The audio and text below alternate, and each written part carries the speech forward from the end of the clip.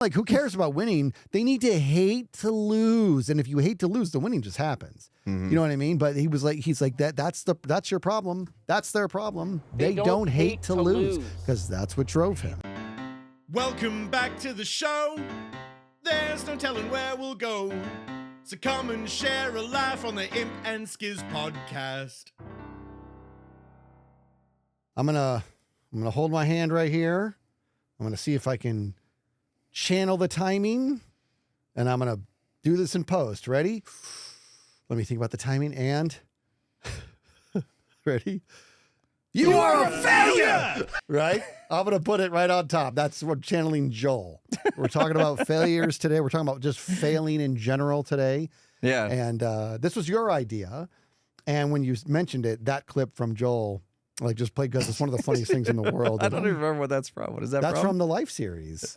It was after when I had to go push the button for failing my test. Oh, he's mocking you for failing your secret life task. Yeah, and it was so funny. And after he did it, we all laughed. He's like, I'm sorry, it's been a really rough episode. He just screws it up. Oh man. Oh, that's tough. That's tough. Yeah, not to this is gonna be a like super negative podcast. In fact, I think it could be the exact opposite if we stay on track here. But the idea is, like, we had a podcast early on. I want to say it was in like the first 10 that we did about the power of setting goals, and we talked about like why setting goals is important in life and how it could help you get to places you want to be and stuff like that. And we just kind of talked about that and moved on. What we never did actually talk about is like what happens when you fail reaching that goal that you set. Yep. You know, what do you do? You know, where do you go from there? We didn't talk about that. We just like always assume everybody's going to set a goal and just get there, right? With no issues. Yeah, podcast is over. Now go be great. You're welcome. It's yeah. And I think it's like, oh yeah, well, we were hyping on, we set the goal to do this podcast X amount of weeks in a row, and then we did it. You know, I was like, yeah, goals are good, but it's like that's not how life always works, right? Like a lot of people will stumble and fall, and then what, you know? So I think I'd like to just talk about it a little bit today and just see if we can maybe come up with different solutions, different ideas, and maybe things that have worked for us in the past. You joke about how I always succeed at everything I do. Obviously, that's not true.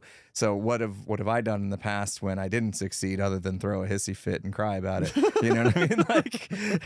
Like what are some things that we can do as people to move on from that, or reevaluate what our goals are, readjust, and all that kind of stuff. So that's kind of where I was thinking we go with this. I'm into it because I think failure is fantastically valuable. I happen to think that. And I think also we have a skewed perspective of what failure is. Yeah. I think that people think that failure is the end all, and it can be argued that it sort of is, but it depends on what your definition of failure is. If you want to be a high jumper and I'm just riffing here, but if you want to jump, I don't know, you want 6 feet, what's good? What's a good high jump? Probably more than 6 feet. I know. I was going to say. By the way, I'm going to go for Olympics.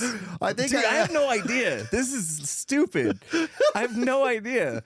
Hold on. I want to say 9 foot. 9 feet. Yeah. You're outside of maybe. You're right. Oh wait, I'm thinking of pole vaulting. Yeah, 9 feet pole vaulting. Now you're way under. You suck at Olympics. Oh man. So, anyways, failed. All right. Well, I should have never played the game to begin with, so I wouldn't have failed. And then here we are. Hey Siri, what's the world record for high jump?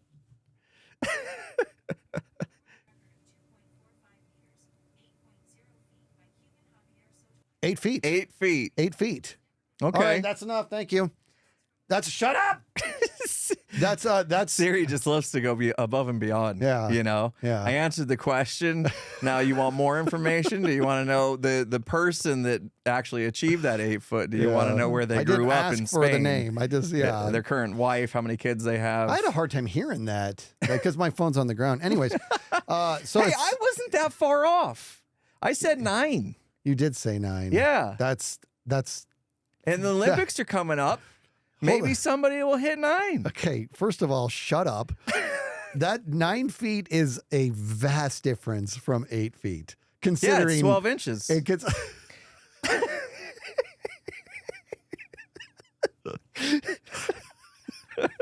It's like 6 of your dicks. I'll bleep that out. All right, come on. With you. Listen, we are recording at a weird time today. This is another middle of the day, and I had to rush over after work. So I'm on all sorts of medifications and stuff. Medifications. you take your medification. Can we get back on topic here? Listen, I had a metaphor. You want to jump 6 feet, and you go, and you can barely get out 5. You do 5. Some people, no matter how hard they try, they're going to struggle to get past the 5 mark, and they might entertain that they are a failure in the world of high jumping, right? This is the whole premise of it. But you're not. If your goal is to do 6 feet and you haven't done it, that doesn't make you a failure. To me, in my eyes, what makes you a failure is when you give up high jumping. Yeah. Now you failed. If your success criteria was to be able to do 6 feet, and you give up, and for the record, it doesn't make you a bad person or a useless person. But in the world of high jumping, if you hang it up, you say, I'm done high jumping, I'm not doing this anymore, I quit. That's, to me, like really kind of the only definition of what failure is when you gave up on yourself. Didn't you have that in your email signature once, or maybe you still do? It was kind something of along those it was lines more about where you can't fail if you don't give up. It was more culture based in regards to nothing on the planet has ever happened until the first time it happened. No, I'm thinking of something else then. No, it's because we worked with a lot of people that you go to say, like, listen, this is how I think we should do this. And they say, well, we've never done it that way before. And my answer was like, well, nothing's ever happened until the first time it happened. Okay, no, I'm thinking of something different. That's not even remotely close. Yeah, it's a podcast though. Right? No, I'm thinking you have said it before, like the only way you can fail is by I said it to stopping, you. You were having a you can tell me to edit this out later, but earlier on in your YouTube career, you were getting a little frustrated because this is a rough journey. I'm talking really early, and you were about to hang it up.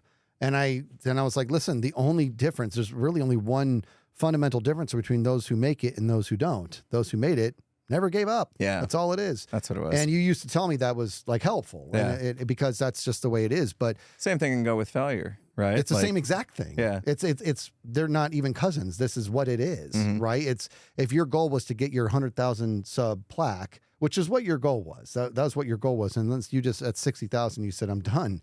I'm not doing this anymore. It doesn't make you a lesser person, but it means that in your journey to get your 100K, you failed. You have to just be at peace with. That's the sentence. That is the reality. But you never gave up. You never gave up. You just kept going. And then now you're obviously well over 1 million. So you never gave up. And that's the whole premise of it, right? But I would like us to move the conversation a little bit more into what is it that we learn from failure? Sure, there's merit in the whole not accepting failure and just continue and stay at it and stay strong and stay smart, find a way to get better and all that. But what do we learn from failure? Because to me, it is one of the greatest teachers. Well, I think that's first. Yeah, that's the first step is like not to look at failure as a negative thing, right? Which is almost always your first instinct, right? Because when you set a goal to do something, it's going to be a letdown if you don't reach that goal. Sure. But failure is one of the best ways to learn anything, and so as long as you keep that mindset, you can look at a failure and be like, okay, well, what was it that failed? I think a lot of times, like, okay, so you set this goal. You want to jump 5 feet, you said? We'll go back to that example. 6? You want to go 6? Okay. And you can only make it. You can't do any of it. And you make it 5, right? So so you failed to make 6, but what does that really mean? It means that maybe you just weren't ready yet. Sure. You know what I mean? Like you have to step back and be like, why did I fail?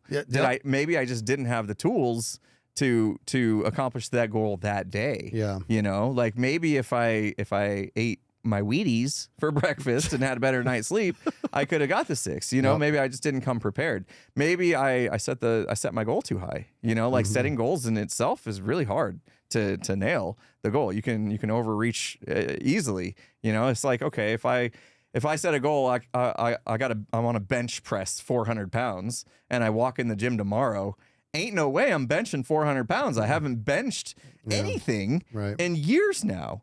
That would be stupid of me to do, but just going down that route, it just means that, okay, so tomorrow I can't bench 400 pounds. It just means I have to tool myself up. I have to gear myself up. I have to prepare myself. Yep. And if I went to the gym every day and worked on benching, start with 50 is probably all I could do right now. And you start working your way up. Next thing you know, a year from now, 2 years from now, might finally be able to bench that goal. You're right. But hold on, let's unpack that a little bit. I like what you're saying. What you're saying is getting after it, right? Which is good. But I think that because let's say you do it and you work up to you're doing 185 again. I'm at 200 and you just plateau. I can't get past this 200. I'm putting in the work. I'm going every day. Why isn't it happening? Your goal is you still have this vision of hitting the 400. And now you're going to be like, let me break this down. Maybe it's food based. Maybe it's rep based. Maybe I'm working too much on twitch muscles rather than mass muscles or whatever, or cells rather. Maybe I need an actual trainer. Maybe the type of resistance is not dynamic enough. Maybe there should be incline or decline. My point being that failure, this is an example of failure being very good. I'm not getting there. So why? And so you're going to dissect it and you're going to get some more answers. Next thing you know, you're up to 250. It only took another month, but I'm at 250 and it's time to revisit. Why am I not there? This is what I mean when I say that failure can be one of our greatest teachers. It really can. But you have to let it. Failure cannot be just so totally associated with the negative energy that it has unless you give up. I mean, this is just me. And for the record, I'm allowed to talk about this because I have given up. I can tell you lots of things I failed at because I gave up. It's embarrassing, but you have to let it be that way. So now I'm in this zone. You want to know what I've learned? I am no longer going to ever tell people what I'm going to do. I'm just going to show them the results. Oh, right? yeah. That is, I heard that phrase. I'm like, that's what I've been doing wrong all these years.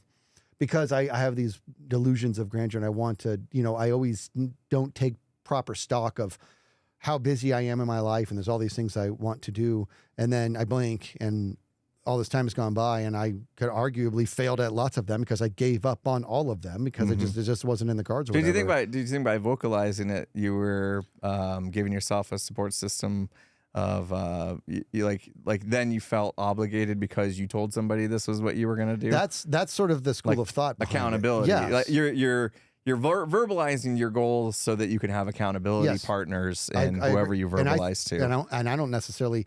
That's not a bad thing. I don't think it's a bad thing. No, I think it's a good thing. Doesn't work for me because I don't care what people think. Doesn't work for me. Oh. Right. And so it was dumb for me to do that. So most people do care. That's why when they vocalize it, they become more committed to it. And I'm not immune to that. I can still, if I vocalize something, it gives me a little extra oomph. But at the end of the day, I'm like, I don't care what people think. I don't care. So it's not a driver for me, but in any case, I want you to conjure up, is there anything that you feel that you've legitimately failed at because you gave up, you let it go? I think there's nothing that I can think of that I've fully given up on because I always think I'm still going to get back to things. Yeah, that's fair. You know what I mean? Yeah. Like you said, as long as you only can be a failure if you completely give up. Yeah, and in the back of my mind, I'm like, well, the whole what's stopping you thing and getting in shape. It's like, okay, so I'm, we did that year ago at least, right? So that's enough time for me to get in shape, but I'm not there yet. But I'm still on my way. Like I'm still making slow progress. Yeah. So I'm still on my way. So I haven't failed that yet. So no. Yeah. In my mind, I could have gave. Oh, I still got a cough from being sick. I still get. I still didn't give up on YouTube. Yep. So I'm not a failure. No, of course not. There. You the furthest thing from a failure there. Yeah, come on. Well, if I had set my goal to have 10 million subs by the end of 2024, then probably fail. Yeah, you know what I mean. Like it depends on what your bars are.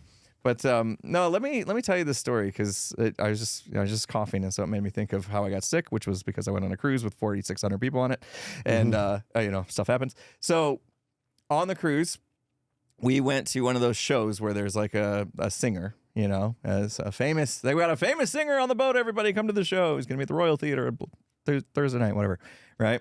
And I look him up, and this singer had performed on America's Got Talent. In fact, they were a finalist on America's Got Talent. Whoa. Big deal, right? That's a big show. For those of you that are listening that never heard of it, it's a big show here in America. And this was a big show a lot of places. Oh, yeah. It was like Britain's Got Talent and stuff like that before that, right? And so most places should know about the show. Anyway, big deal here. And this person performed on it like many years ago. So it's grown since. But so this person was singing, and they were absolutely phenomenal. Like, I was getting emotional listening to them. And it takes a lot for me to like when I experience somebody that has like just such amazing talent, sometimes I get overtaken by my emotions to where I'm have a hard time containing them. And I was in that spot. Yeah. I was just like, why is this guy performing on a cruise? He's absolutely amazing. And so not only was he a good singer, he was funny, he was a good storyteller and stuff. So he proceeds to tell the story about like, he's like, hey, if you guys have never heard of me before, and he like plays a video of him being on America's Got Talent. And it shows him going through his journey. I mean, he started as a Chippendales dancer, you know, and then he quit to be on the show, and he got all the way to the finals, and he didn't win.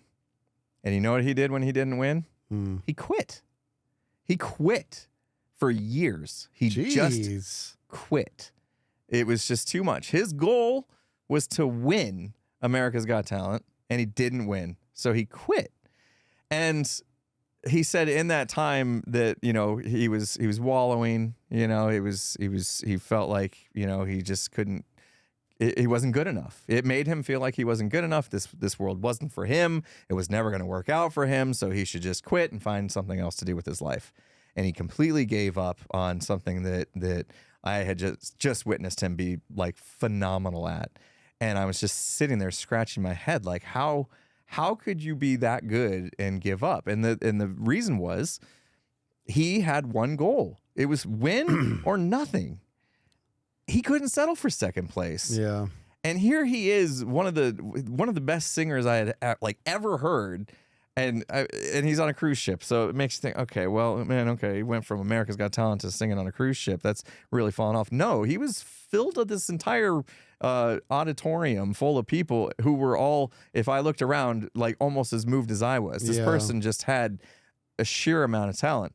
But what he went on to say was like after, you know, he'd done that downward spiral of I failed and so I should just quit. You know, it's not in the cards for me.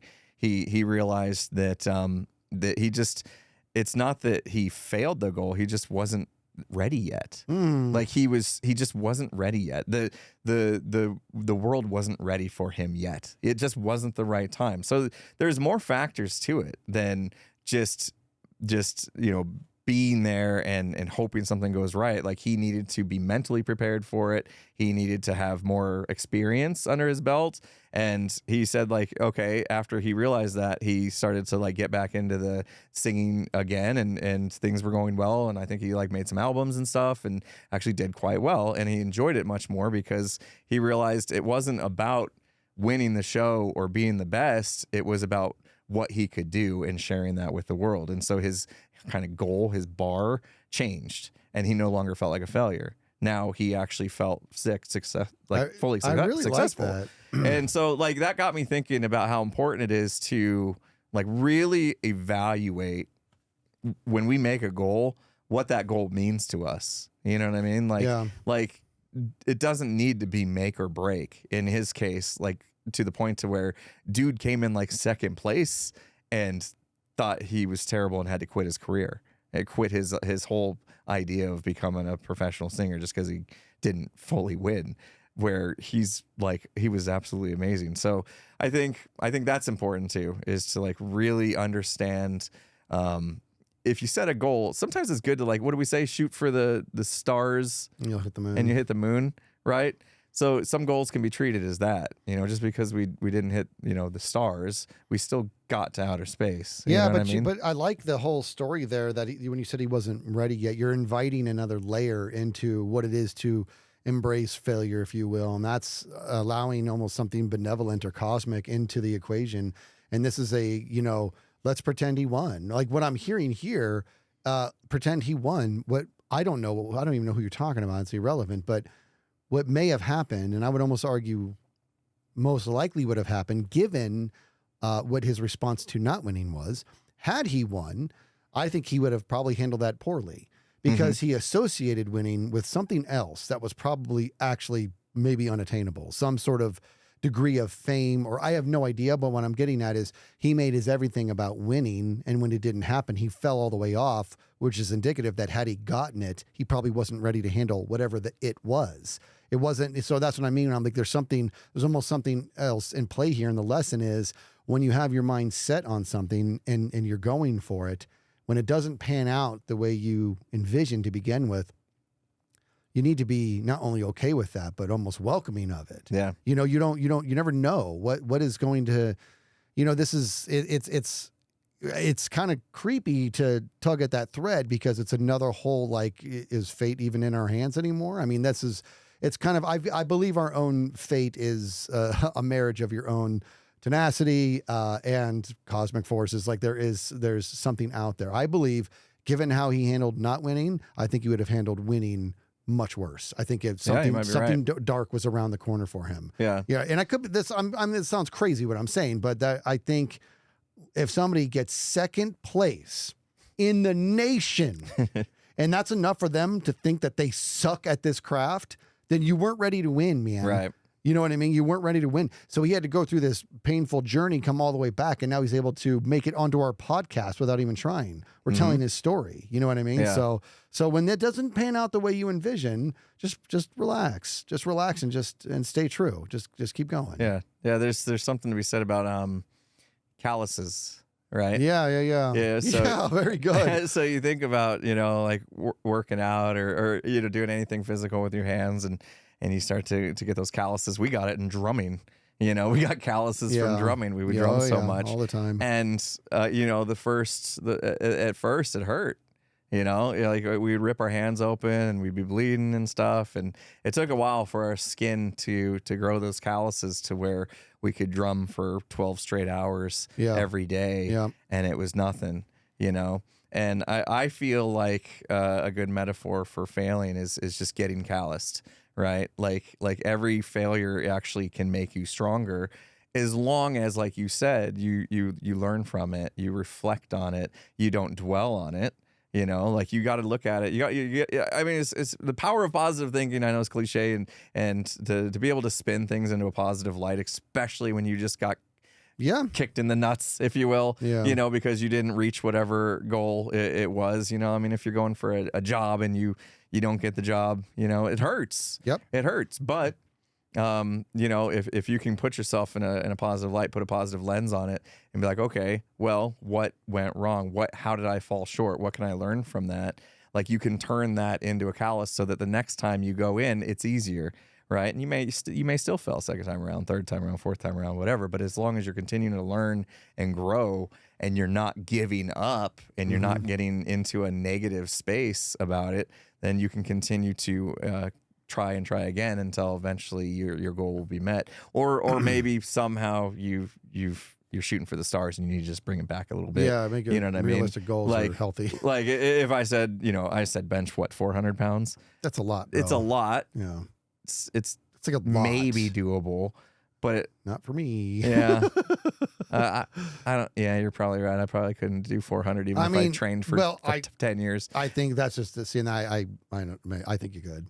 I think I could too. But if I said 2,000 pounds, well, no, you know what I mean. Like there's a certain point to where a goal's actually not attainable. Yeah, make sure it's in the realm of possibility. Exactly. So you also got to be realistic with your goals as well. Yeah. But I just think that there's a lot to, like you said, there's a lot to learn from failure, and humankind, just that word failure just immediately springs negativity, doesn't it? It does, but I think it's because somewhere along the way we started to use the word failure, and it evolved from identifying an event, like a test, and started being used to it attached itself to a person. And next thing you know, people are actually being deemed as you're a failure. It's how I started this podcast. It was a joke, but people being deemed as failures is not something I really like that much. I think that you can learn from failure, but it's the idea of something failed, the event failed, what you were trying to do didn't work. But you're a failure, that's where I think it starts to get into your blood, and people start to think that that's just what they are. Where does that come from? Just I don't know. When somebody just is unsuccessful over and over again at certain things in their life? Yeah, that's a great question, man. It's like you think of somebody who's to me, somebody who's unsuccessful a lot, it doesn't necessarily mean that they're a failure. It can be argued that they're the furthest thing from it because they might be the person who's swinging more than anybody else. You know what I mean? And that's why I'm like, that's the word has just been given such a weird vibe. When in reality, if you let it, you can learn. I'm gonna retell a story that I told I know I told this on a previous podcast. I couldn't even tell you. I have no idea what this podcast was. I just know I did. But this is a good example of how failure can drive you, right? So we go back to our CrossFit days. It was a million years ago, and we have a lot of ups and downs in that whole thing. And in CrossFit, there is something called DNF, and which stands for did not finish. And it quite literally means you didn't even complete the workout, right? Because you suck that much. It's how it feels. It's how it feels, right? When it happens to somebody else, you never feel that way. This is anybody who rolled their eyes at hearing the word CrossFit, trust me, the community actually is amazing. Nobody feels that way about somebody else. It's just what you do to yourself. Anyways, I was still relatively early in my CrossFit journey. And so every day was a struggle, but the benefits I was seeing were great in the beginning. And there was a workout, and I don't remember what the name of it was the first time. And I say the first time because that's where the story is going. But the premise of the workout was you had to hold a kettlebell and you had to hold it like up against your chest, right? And you had to do walking lunges while holding the kettlebell. And we had to cover 300 feet of walking lunges holding the kettlebell, which is the length of a football field, right? But here's the rub. When they said 3, 2, 1, go, you had to do 7 squats holding the kettlebell before you could even take your first step. Okay. So you get those 7 squats done. You're already exhausted. And then you just start lunging, do the best you can. And on the minute, every minute you hear the whistle or you just hear, actually there was no whistle, but whoever was instructing that day would say squats, and you had to stop wherever you were at in your journey and you had to do 7 more. Now our mat inside was 50 feet long. So we had to make 6 tracks back and forth. Right. So I'm like, oh man, this is gonna be tough. Now the kettlebell weight I was supposed to do I want to say it was 50. Yeah, it was 52 pounds. It was either 52 or 44. I'm pretty sure it was 52 pounds, 52-pound kettlebell, but I was early in my journey and I scaled it back. I did the 44-pound kettlebell. Okay. 3, 2, 1, do my 7 squats. I'm already tired. I haven't taken 1 step. I have 300 feet to go. I have not taken 1 step. Whatever, get after it. I start lunging. I cover a decent amount of the mat and I hear squats. And I'm like, oh, no. And let me correct one more thing. It wasn't squats. It was kettlebell swings. It's just dawning on me now because it wasn't squats. It was kettlebell swings, which is where you take a wide stance. You hold the kettlebell by the handle and you swing it up over your head. Fun. Yeah, and not Russian. So it wasn't high level. It was all the way up, right? And you do the whole thing. Yeah, it wasn't squats. It was swings. Anyways, 3, 2, 1, 7 swings. Start doing it. Start moving. And then, swing. That's what it swings. Stop in your place. Get your 7. Go again. Every time, every minute on the minute, stop where you're at. I was at about, I was probably approaching, I probably just passed the 150-foot mark when it all happened. And that was the day I came up with what I called a trapper WOD. WOD is workout of the day, and this is where I got stuck because they said swing, and I could not breathe. And I just put the kettlebell down and I just like, calm down. I can't progress in this until I get my swings done. Breathe and okay, get it done. I just start swinging. Every swing is just taking every bit of air from me. And I hit 7. Let's go. Swing. And I'm like, you must be joking. Didn't even get a step in. Not 1 step. And so they just said swing. And my heart is coming out my mouth. And I'm just like, dude, and I don't know what to do. And I just was like, I just did everything I could to get those 7. I took 1 more step, swing. And I'm like, I don't know what to do. And the guy who owns the gym, who's a very good friend of mine, good friend of yours too, he was watching me and he knows this about me. Skizz will die on the mat if I don't put a stop to this because I have a problem when it comes to that type, like and he comes over and he's like, you're done. And I'm like, and he sees me shake my head and he's like, you're done. Get off the mat. That was my first DNF. And it just broke me, dude. I didn't even do the RX weight, the prescribed weight. I didn't even do the 52, the 53 rather, right? 53? 53. I didn't even do the 53. I did the 44 and I couldn't do it. And so I kind of took my lumps and I went home for the day and felt like a failure. And I was just very upset. And I was like, I'm just going to tuck this away and move on. So the next day I went back to the gym, whole different workout, whatever. Well, you fast forward about 2 months later, I've been just going and I'm getting in a lot better shape. Now I'm in his office and we're just having a casual conversation. And I don't remember how this topic came up, but I told him the story. I was like, remember that workout 2 months ago? And I was like, that's my one and only DNF. That I did have another one that was injury. Injury you don't feel bad about. Right. Like something tore and I had to stop. But I'm like, that's my first legit DNF. And he goes, is it? He goes, DNFs they can be common. I'm like, that's my only one.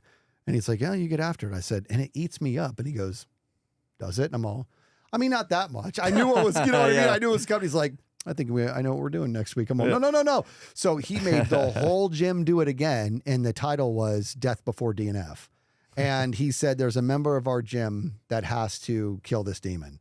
And I was like, I can't believe this. And all I know, dude, is I'm going to, I can't even explain. I cannot fail again. I cannot do it. Not just because of him doing it again.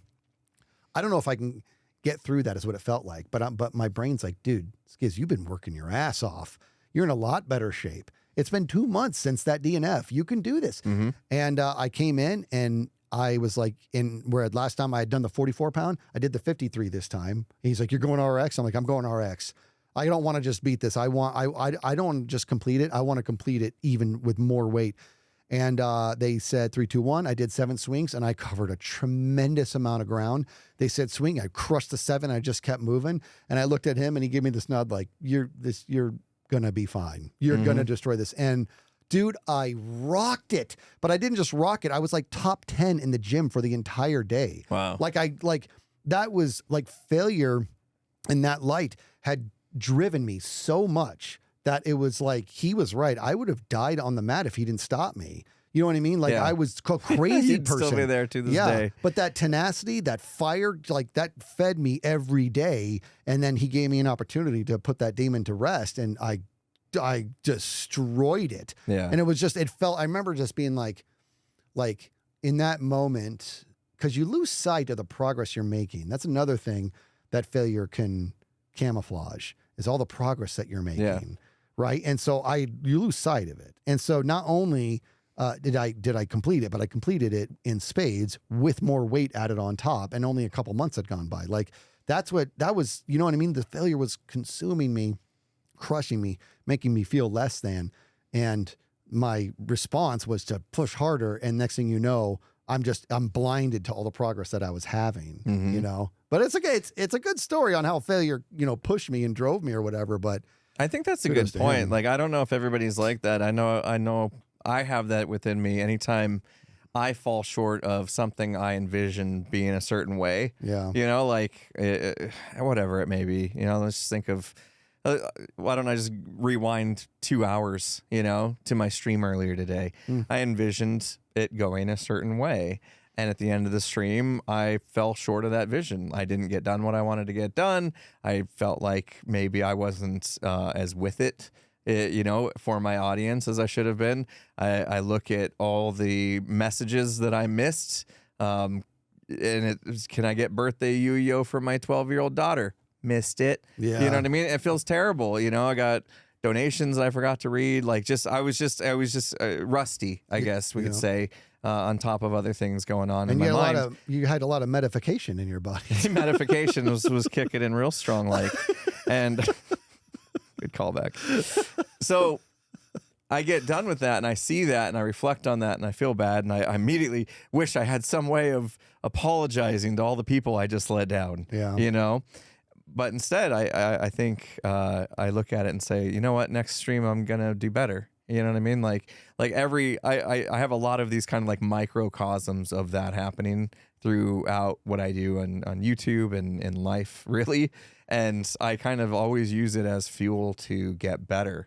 You know, it's like it's in everything. It's in everything that I do. I'm always looking to get better, but I kind of almost consider any time I didn't absolutely, and I don't know if I ever absolutely crush something to the point to where I'm like, yep, that was it. Nailed that 100%. I never feel that way, ever. Yeah. So almost everything I do feels like a bit of a failure, You know what I mean? To where I'm like, okay, that didn't hit where I'm going. I want to do better. So what did I do? And I do the reflection, and I use it as fuel to drive my next thing that I do, you know? Yep. So next stream, I'm going to be paying way more attention, you know, to messages, and I'm going to take way less medication.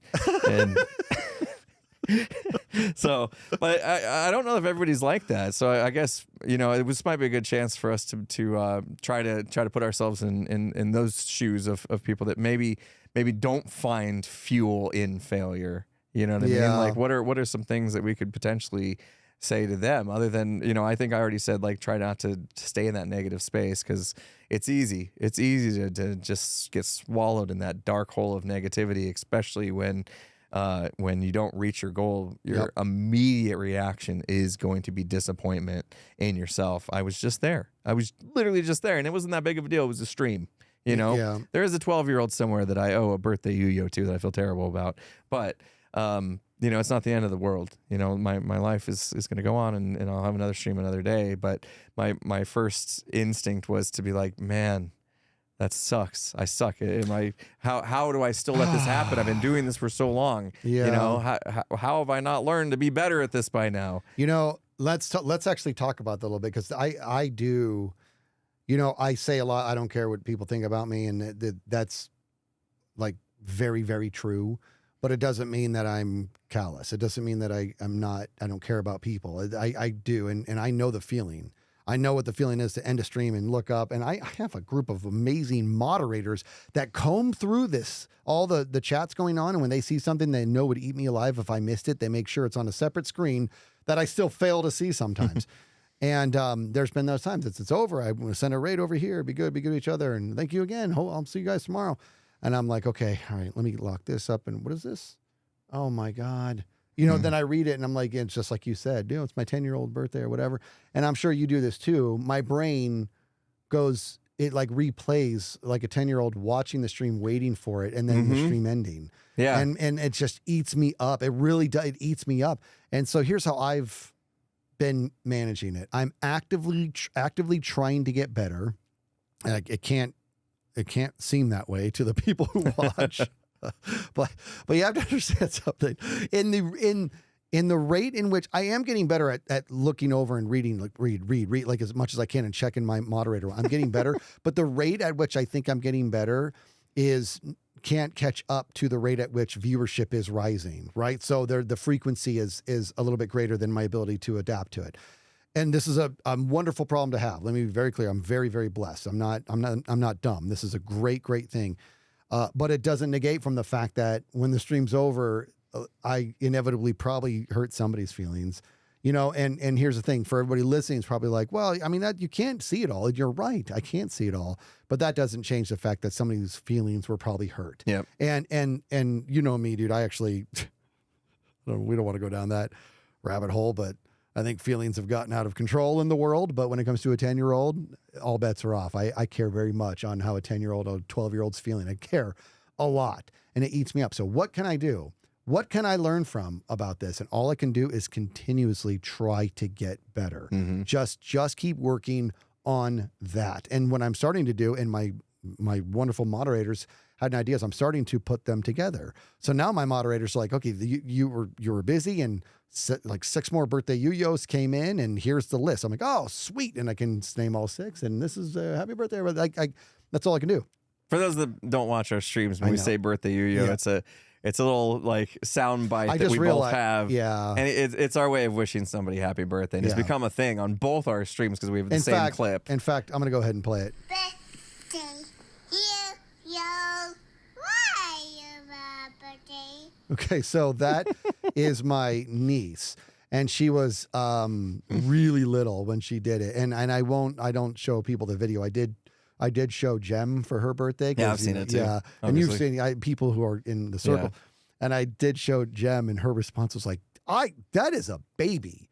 She's like, I thought that she was going to be a lot older than that. That's a baby. But it's basically like the bottom line is she was this really, I mean, she's still this really cute little girl, but she's much older now. But she is trying to sing the happy birthday song. And in the process of doing so, she decides to philosophize as to why do we have birthdays?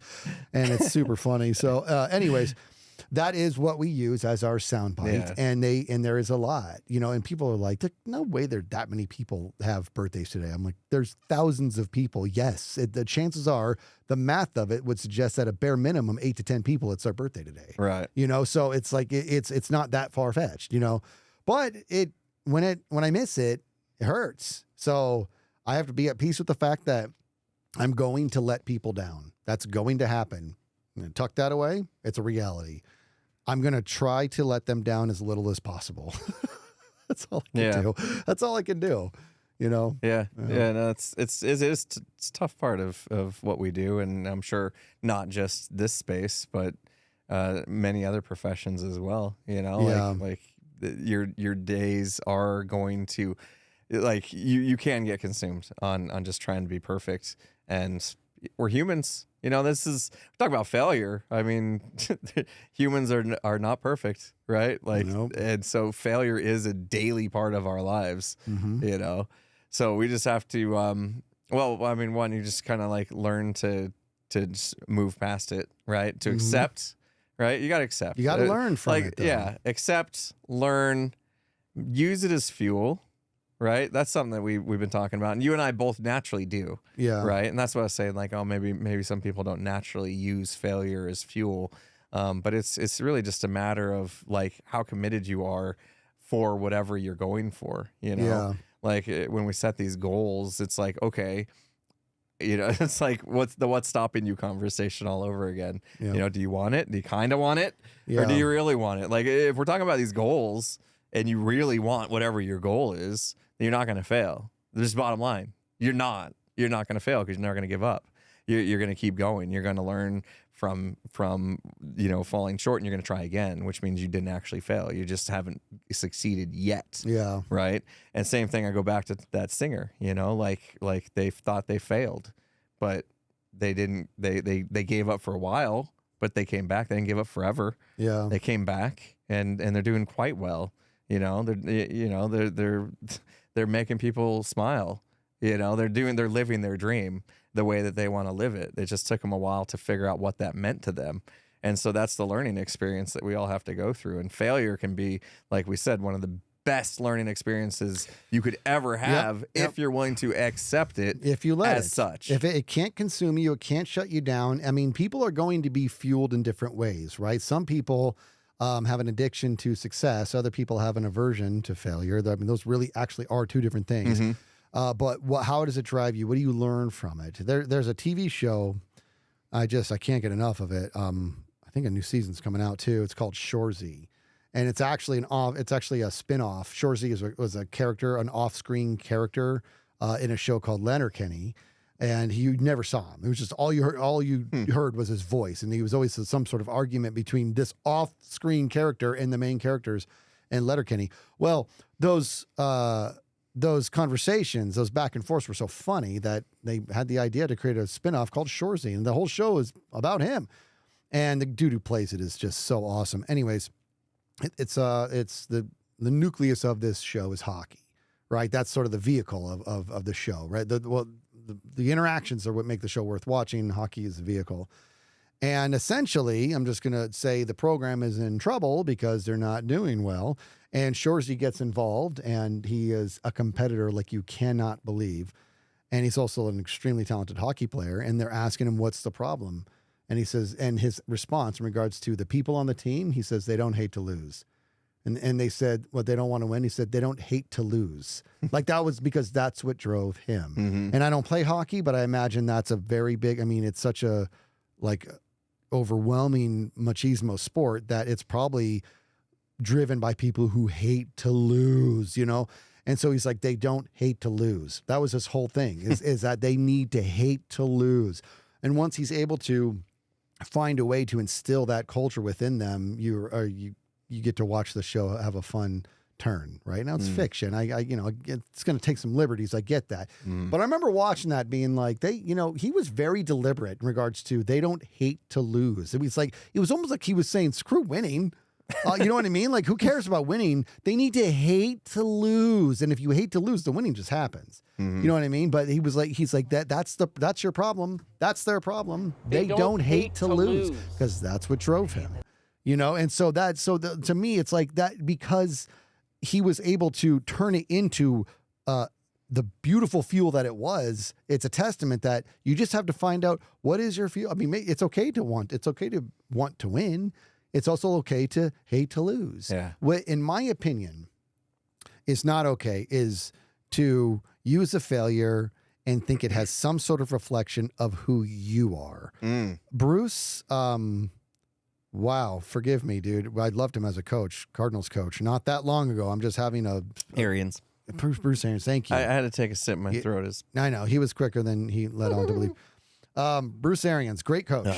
NFL coach, football coach. Yeah. And I remember they did a kind of a behind the scenes or whatever. And he's talking to all the football players. These are grown men. These are some of the greatest athletes in the world. And he says to them, basically, I'm going to be coming at you. I'm going to say a lot of things to you, like a lot of mean things or whatever. And he said, I'm talking about your football. I'm not talking about you. That was a really big moment. Yeah. He was saying, I'm talking about when I'm ripping you apart, I'm ripping apart that last play that you just did, or that awful throw, or that weak attempt to catch.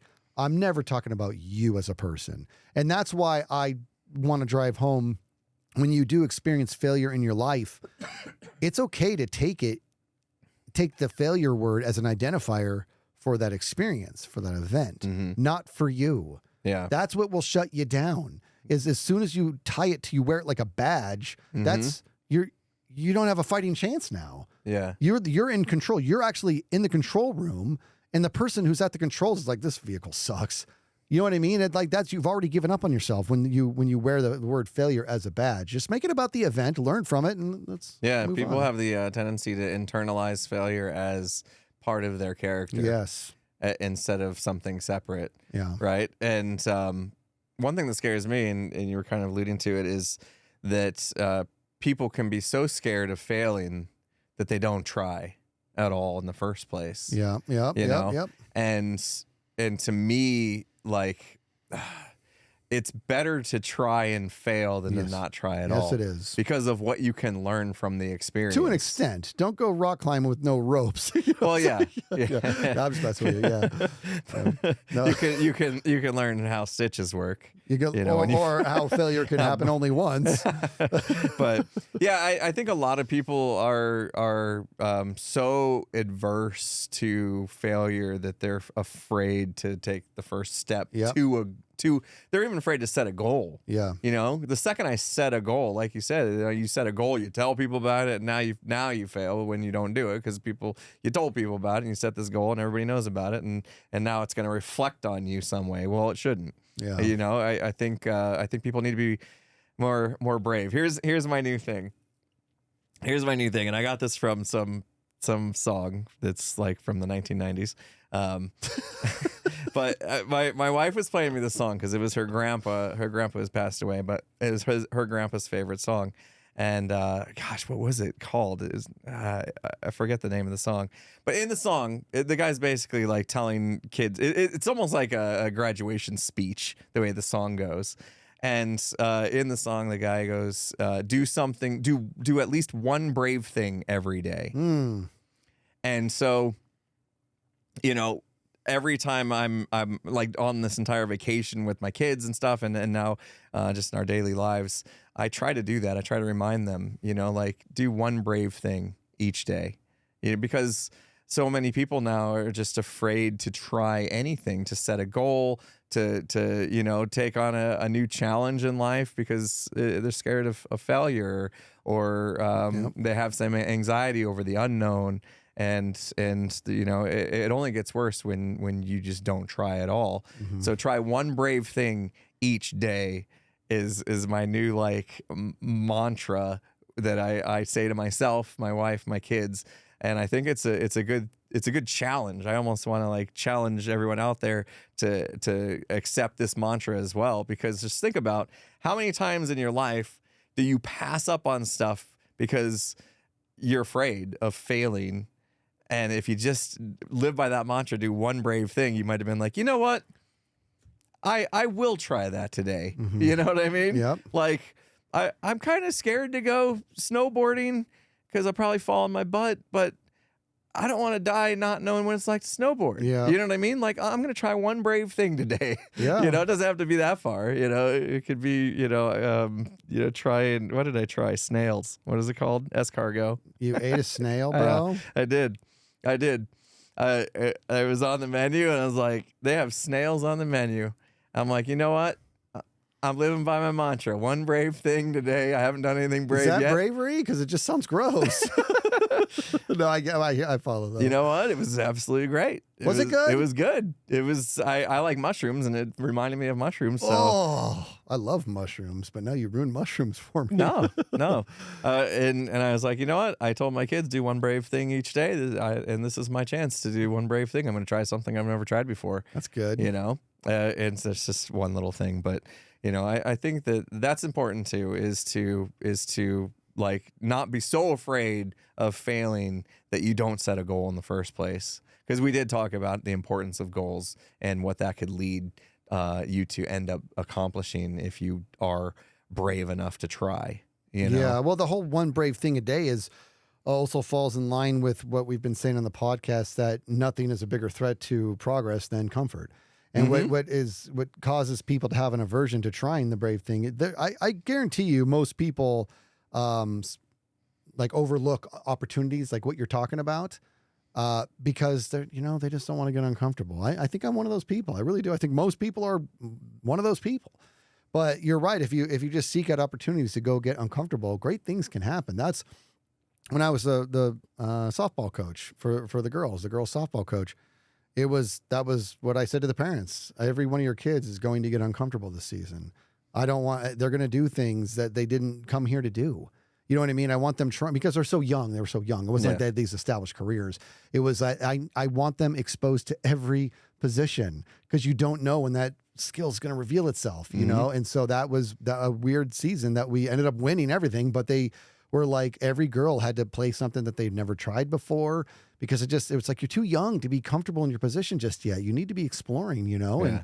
And it was fun. It was fun to see that, you know, and I would have the talks with them on if you're in the dugout and you're looking at the lineup and how many outs there are and you're counting to see who needs to get out so that you don't have to go bat, then you're not ready to play this sport. You should be counting saying you need to get on base because I'm right after you and I'm going to bring you home. Like, you know what I mean? Like that's how you need to be envisioning this stuff. And it was a testament to how the human naturally works. Yeah. Right? There's something akin to survival when it comes to just avoiding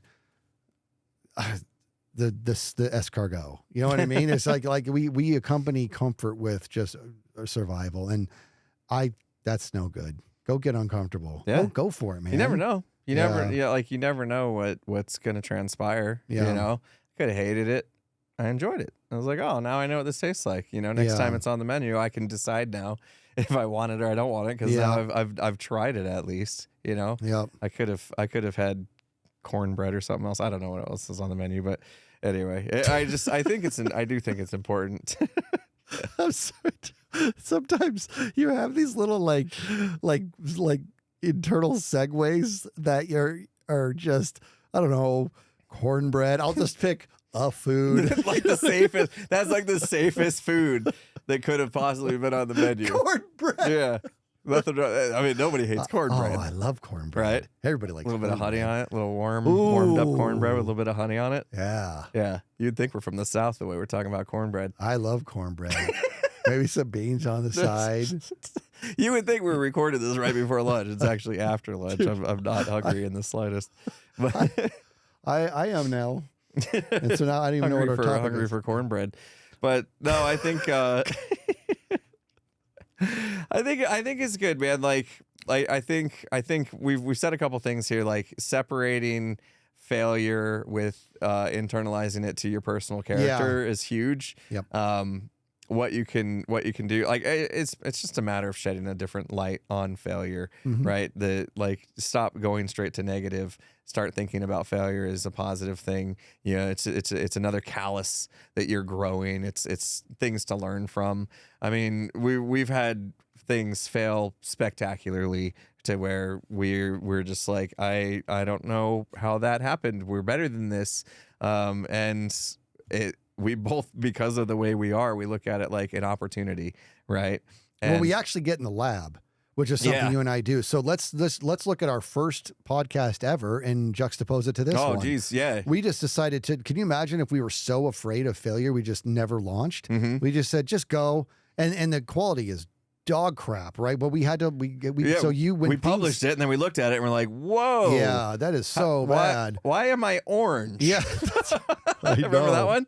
Yes. Why am I orange? Yeah. And then I was like, okay, I'm gonna research how lights work. So that's what I'm saying. We get in the we unpack it. What is okay? We both dislike this, right? Why do we? But we also have like sort of that background of the troubleshooting background, right? And so we actually we get down to the nitty gritty. This is why, and this is what it'll take to rectify that, and then let's try this. And through time, we've been able to sort of massage the product and get to a better state. And I don't think either one of us are comfortable with where we're at. This is going to be a lot better. You know what I mean? And we know that. And so that's healthy. I think it's healthy, I do too. I think it's the way to go. And I think it also is a sign of the dedication that we have towards our goal, right? Like at this point, do we have a goal? That's so funny you said that. You ready for this? Yeah. I'm going to tell you what I said to myself. This is a trick you can use at home. It's called the 5 whys, and it actually works with a lot of things. Is to ask why 5 times. Essentially, become a 2-year-old. But it's amazing what a 2-year-old can get to the center of if you allow it to happen. So I got home from work and I'm just very tired. And the last couple weeks have been rough, but I'm good.